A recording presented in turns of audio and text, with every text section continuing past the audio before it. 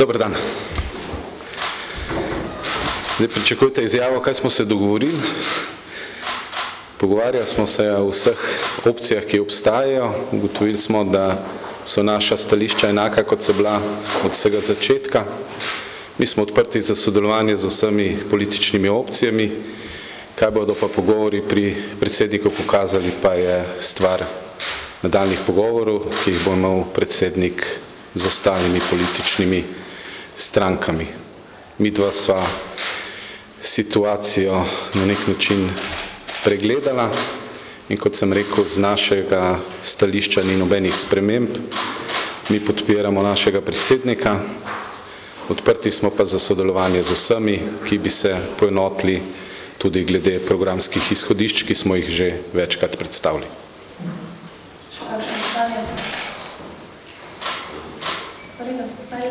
Hvala vam.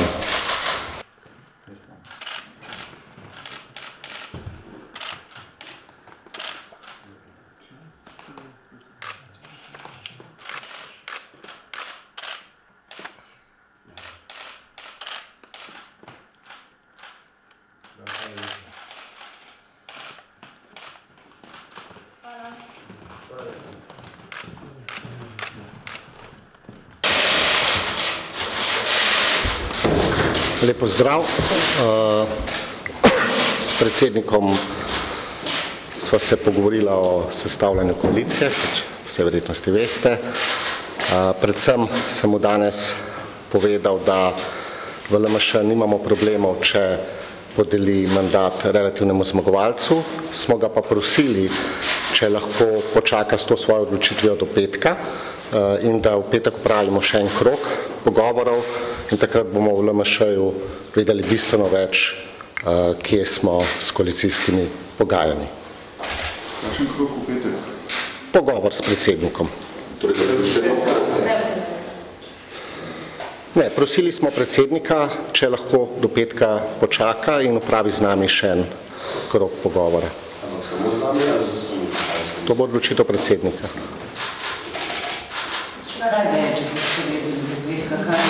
Kot veste, se odvijajo pogovori o koalicijski pogodbi 6 strank na različnih nivojih in mi pričakujemo, da do petka se bo vedelo bistveno več, kot se ve danes. Če bi lahko imeli dovolj glasov za sestavo koalicije, ali že to? Potrebuje se 46 glasov. Ja. Ja. In ta odgovor pričakujete do petka? Naša želja je, da ta odgovor dobimo do petka. Želi prav podpise, podpozilo ali nekaj zagotovila, ki imate 46? O tem se bojo predsedniki 6 strank dogovorili. Zdaj lahko pričakujemo koalicijsko pogodbo? Koalicijska pogodba je v nastajanju, že čez vikend so delovale skupine, danes nadaljujejo v parlamentu in vse do petka se bojo te pogovori nadaljevali. Kakšno vaše stališče glede najnovejših razkritij, če lahko tako rečemo, glede širjenja školjčišča Hrvaškega piranskega zaliva, ste o tem kaj rekli? Ne, o tem še nismo govorili znotraj strank. Menite, da bo država vaše osebno mnenje kakorkoli odvijala? Ne bi se do tega opredelil zdaj. Hvala lepa, nasvidenje.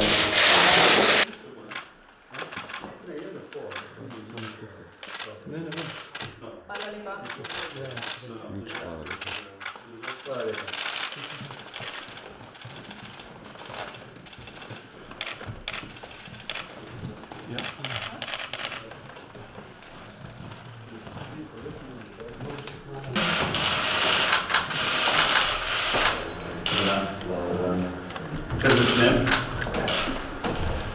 najprej lep pozdrav.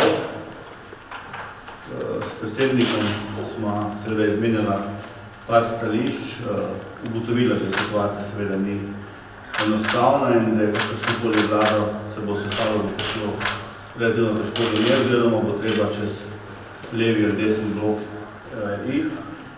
Socialni demokrati imamo stališče, da seveda smo naklonjeni gospodu Marjanu Šarcu kot mandatarju, vendar smo v fazi, ko se pogovarjamo o pogodbi, o koalicijski pogodbi in je to za nas bistveno, katerim bomo dali podarili mandat. Jasno smo pa seveda povedali, da naših glasov, gospod Janez Janša, kot mandatar, nima, da mu jaz iskreno seveda čestitam za zmago, vendar se mora tudi v političnih časih na nek način imeti jasna stališča. Tako da mi bomo v teh tednih se še naprej pogajali s to koalicijo in verjetno bo predsednik proti koncu tedna sklical še en posvet, ker bo potem na osnovi tega posveta podelil tudi mandat. Mislim, da je se pravi, da bo do konca tedna dogovorili že veliko več, kje so pogajanje šesterke. Ja, to mnenje tudi jaz delim. Vi veste, da je sestavljati koalicijo z 6 strankami neizmerno naporno, da ima seveda, da so tle sredinske stranke, da je desna stranka in da je zraven tudi leva stranka, ki moram reči, da ni samoumevno, da lahko naredimo vse, kar si nekateri želijo, da bomo tudi mi nekatere pogoje in nekatere poglede, predvsem pa obljube, ki smo jih dali našim volivkam in volivcem in so stvari, na katere ne bomo mogli odstopati. Je pa to stvar, za katere se moramo dogovoriti med samo koalicijo. Kako bi trenutno ocenjujete ta pogajanja? Zaenkrat moram reči, da potekajo pogajanja na nekem visokem nivoju z veliko mero spoštovanja drug do drugega. Tako da zavedamo pa se, da problemi v tej državi ostajajo in da vse svoje ideje, ki jih imamo, ne bomo mogli spraviti na tisti list papirja, ki se reče koalicijska pogodba. Zelo daleč po vašem je osnutek koalicijske pogodbe? Vsak dan se pogajamo ali pa se pogajajo ekipe in jaz verjamem, da bomo od srede naprej verjetno prišli že bolj detaljno do te koalicijske pogodbe. Bomo pa vse pa tudi danes začeli pogajati. Se tiste projektne točke ste se že nekako, ki ne bi bili pač v tem nekaj manj list na tem papirju, kot recimo prejšnja koalicijska pogodba, ste jih že definirali te projekte? Sej v bistvu vsi mi, državljanke in državljani vejo, kje so tam momenti problemi v naši državi. Zdravstvo je številka 1. Vemo, da bomo imeli, ko se bo vlada formirala, kakršen problem z javnim sektorjem. Drug problem je seveda NLB in problem, bomo rekli, status Slovenije v Evropi. Potem pa seveda so tudi še drugi projekti, ki se bo mogla ta vlada odločiti. Ampak v kadrovskem delu že kako nekaj rekla? V kadrovskem delu oziroma razrezu? Veste, težko je, čeprav vsi veste, da se tudi v kadrih verjetno kdaj-koli pogovarjamo, ampak preden ne pridemo do osnove tega programa je škoda, da bi se v kadrovskih zadevah pogovarjali. Bo pa seveda to tudi en razgovor, ki bo prišel na konc na dnevni red. Za kadrov smo, prišli tudi do predsednika državnega zbora. Ampak če na koncu ta pogajanja ne bo uspešna in je Nova Slovenija ne bo vstopila v to koalicijo, bo ostalo 5 strank, ki se bo postavilo vprašanje, vi pravite, da ne boste vstopili v kakšno drugo kombinacijo, se bo na koncu postavilo vprašanje izrednih volitev oziroma podpore levice tej vladi oziroma izvolitve. Kako ocenjujete to možnost? Jaz moram iskreno povedati jasno in glasno. Jaz sem za to, da se sestavi vladna koalicija čista in da smo tisti, ki smo člani vladne koalicije tudi, bom rekel, na resorih oziroma v vladi. Najlažje je biti odzorni, podpirati določene dobre projekte, ko je pa težko, pa so krivi vsi ostali. Tako da jaz sem za to, da pride do koalicije, kjer bojo vse stranke nosile isto odgovornost. Vemo pa eno stvar, da je v tej državi zmagal Janez Janša in da ima Janez Janša neko moralno prednost, predvsem da on sestavlja vlado. Vendar tudi on ve, da je v tej konstelaciji stran zelo težko sestaviti vlado. Zato bi verjetno, če bi bilo lahko sestaviti vlado, bi bilo danes drugačno vprašanje. Hvala lepa. Hvala, srečno.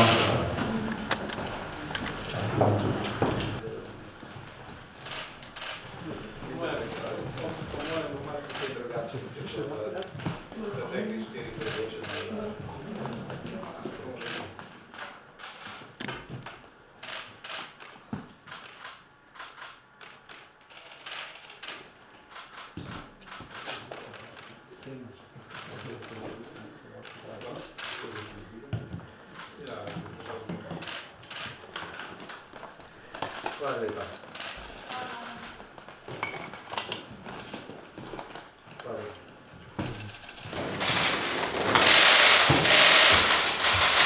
Dobar dan vsem. S predsednikom države sva nekoliko izmenjala mnenje in poglede na trenutno politično situacijo v Sloveniji. Šla sva mogoče malo skozi dogajanja, predvsem naravnih strank, ki želijo oblikovati neko bodočo koalicijo. Kot vam je znano, je stranka Modernega centra sprejela odločitev, da gre v levo-sredinsko koalicijo. Zdaj, če bo v takšni koaliciji tudi NSi, ocenjujem, da to za stranko ne bo nobena težava, oziroma imamo mandat, da se pogajamo tudi v tej smeri. Po naši oceni torej obstaja nekakšna kritična masa glasov, torej poslanskih skupin, ki daje, recimo, da temu prednost Marjanu Šarcu. Seveda pa nisem seznanjen s stališčem Nove Slovenije, tudi ali je že bil v zvezi z njimi upravljen pogovor pri predsedniku republike. Če so tudi tam zagotovljeni glasovi, potem mislim, da smo veliko bližje obrisu nove koalicije in nove vlade. Kako pa je gospod Zorčič nastavljeno koalicijske pogodbe, verjetno je vsebina tudi kar ključna. Je mogoče prvi gospod kritikovati do konca tega tedna? Vsebina je zelo ključna, oziroma za nas najpomembnejša. Jaz sem prepričan, da je to možno, ampak se pa zna zgoditi, glede na to, da so roki relativno kratki, udeležencev pri nastajanju te koalicijske pogodbe relativno veliko. Mogoče, če želim malo ugibati, bo mogoče potrebno ta koalicijska pogajanja, nisem pa seznanjen točno, ker ne sodelujem v tem trenutku v njih, nekoliko pospešiti oziroma intenzivirati glede na relativno kratek rok do konca tedna. Torej, ocenjujem pa, da je to vsaj v nekem tistem bistvenem delu mogoče možno uskladiti. Zdaj, kot kažem, imamo predsednik pa še nekaj posvetovanja svoje, vam zdi to potrebno, da se pač nekaj še enkrat posedete tudi vi? Ja, odgovornost za nastanek te neke koalicijske pogodbe ali pa vsaj nekih temeljnih obrisov te pogodbe je na Marjanu Šarcu in njegovi listi. Oni te pogovore tudi vodijo in koliko sem seznanjen, so oni predlagali, da bi dobili še ta dodaten rok oziroma še možnost še dodatnih pogovorov s predsednikom republike. Jaz temu ne moremo oporekati. Glede na to, da se trenutno pogovarjamo v obsegu 5 strank plus 1 oziroma 6 strank, je seveda povsem normalno, da takšno neko široko pogajanje zahteva določen dodaten čas. Še eno vprašanje, samo rekli ste, da imate mandat kako, da se pogajate z Marjanom Šarcem okrog te koalicije skupaj z Novo Slovenijo. Če Nove Slovenije, recimo, da bo te koalicije kakšni scenarij? Jaz bi težko zdaj napovedal, kakšen bo kasnejši scenarij. Kar se tiče stranke Modernega centra, bi bila za nas seveda sprejemljiva tudi koalicija z Levico, ampak tudi tu nas ne bi čakalo nič manj dela, tudi tu bi bilo potrebno uskladiti programe strank, tako da verjamem, da če slučajno ne bi prišlo do ene opcije, da je vedno še odprta druga opcija, kar se tiče nas. Zdaj ne morem pa govoriti za stranko Levice. Če pa še vprašanje? Ne? Hvala vam.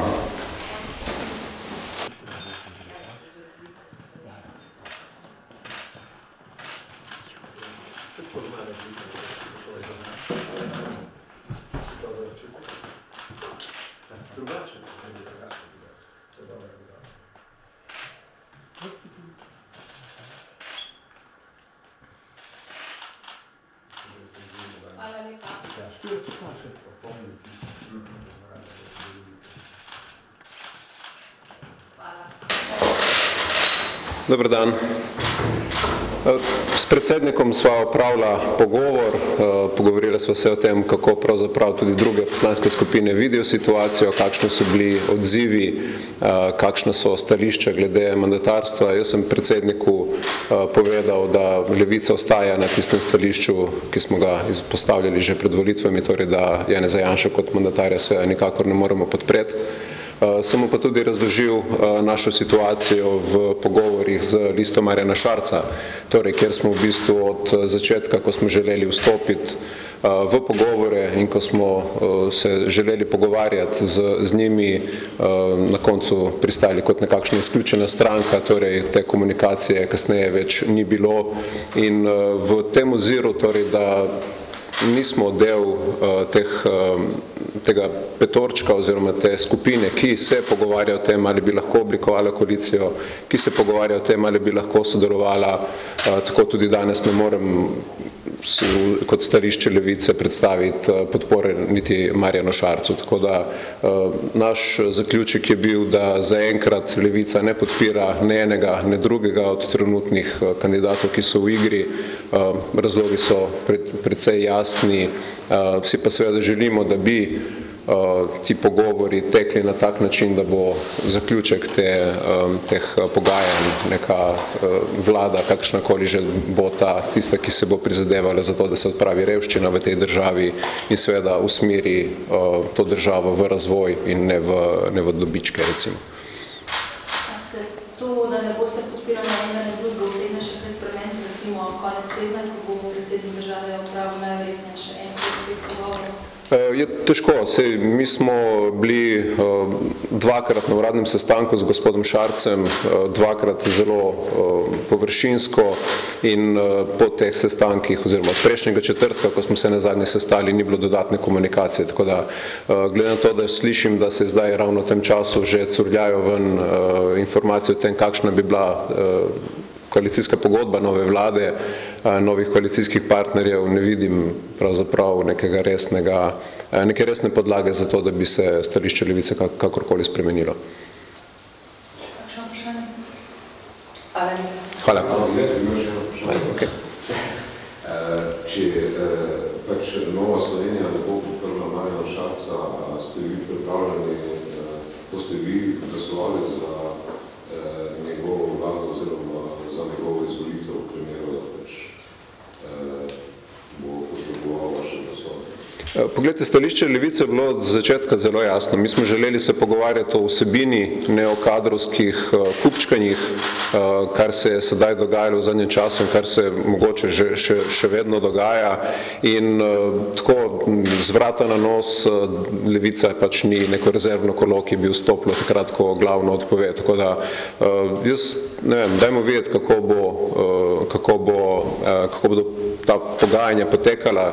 Če ni še vse zakoličeno, seveda pričakujemo, da nas mogoče kdo kaj vpraša, ampak na tak način se seveda ne moramo pogovarjati, da bi kar tako uskočili. Je pa to debata, ki jo bomo opravili tudi na organih stranke. Pač ta ponudba gospoda Šarca je bila ponujena v četrtek, torej da bi projektno sodelovali izven vlade, ampak to je stvar, o kateri bo odločilo še enkrat pač članstvo oziroma organi naše stranke. Ja, ampak kaj konkretno potem bi pričakovali gospoda Šarca, da bi ga lahko recimo podprli? Tisto, kar je prva stvar, je to, da vidimo, kakšna bo koalicijska pogodba in kakšen bo idejno usmeritev in program te vlade. Do tistega trenutka pa ne morem špekulirati o nekih dodatnih kriterijih za to, da se kaj spremeni. Hvala.